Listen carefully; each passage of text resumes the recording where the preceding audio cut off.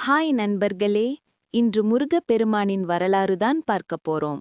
சூரபத்மன் உள்ளிட்ட அசுரர்களை அழிக்க சிவபெருமானின் நெற்றிக்கண்ணிலிருந்து வெளிப்பட்ட 6 பொறிகளே சரவண பொய்கையில் 6 ஆண் குழந்தைகளாக தோன்றின.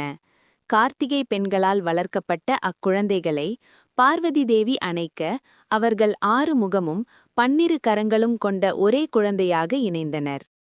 முருகன் பிறந்த கதையின் முக்கிய அம்சங்கள். பிறப்பின் காரணம். அசுரனான சூரபத்மனின் தொல்லைகளை போக்க சிவபெருமானின் ஞான சக்தியாக முருகன் அவதரித்தார்.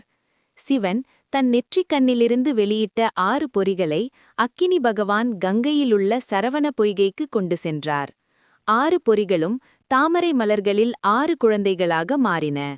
6 கார்த்திகை பெண்களால் வளர்க்கப்பட்டதால் இவர் கார்த்திகேயன் என்று அழைக்கப்படுகிறார்.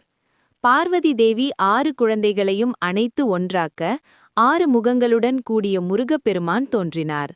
வைகாசி விசாகம் முருகனின் அவதார தினமாக கொண்டாடப்படுகிறது.